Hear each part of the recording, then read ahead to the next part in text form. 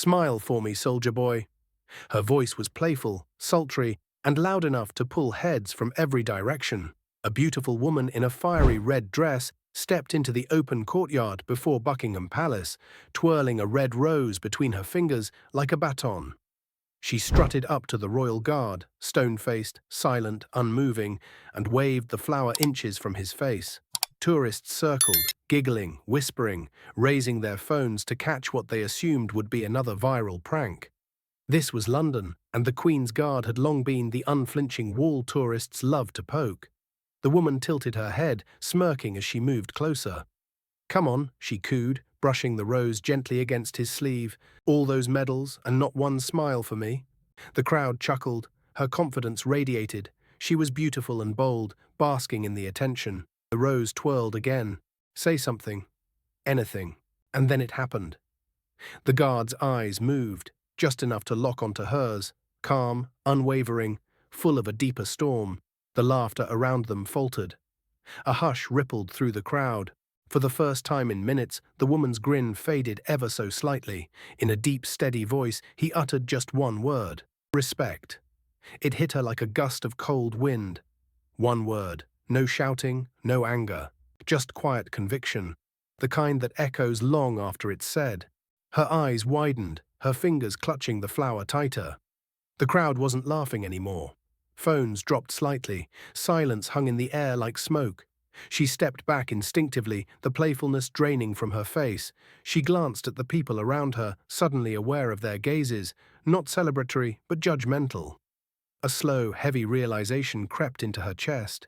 She wasn't the hero of the moment. She had made a mockery of something sacred. Later that evening, she sat alone on a park bench nearby, the rose limp beside her. Her reflection in a fountain's surface didn't look nearly as confident now. She thought about that single word again. Respect. He hadn't embarrassed her. She'd embarrassed herself. Behind that stoic uniform was a man holding centuries of discipline on his shoulders. Not speaking wasn't weakness. It was strength, a choice.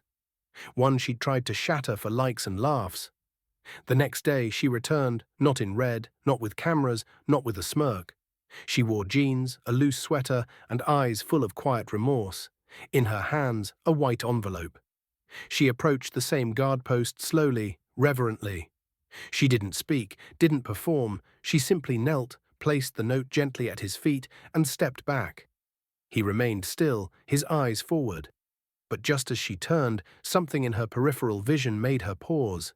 A blink, a tiny, almost imperceptible nod. Not of forgiveness, but acknowledgement. That she'd understood. Inside the envelope were 6 handwritten words. "I'm sorry, you reminded me. Dignity matters." That one moment, his word, her change, went viral in the most unexpected way. Not for the tease, but for the truth. People didn't share it for the drama. They shared it for the transformation. The man who broke character with integrity. The woman who bent with humility.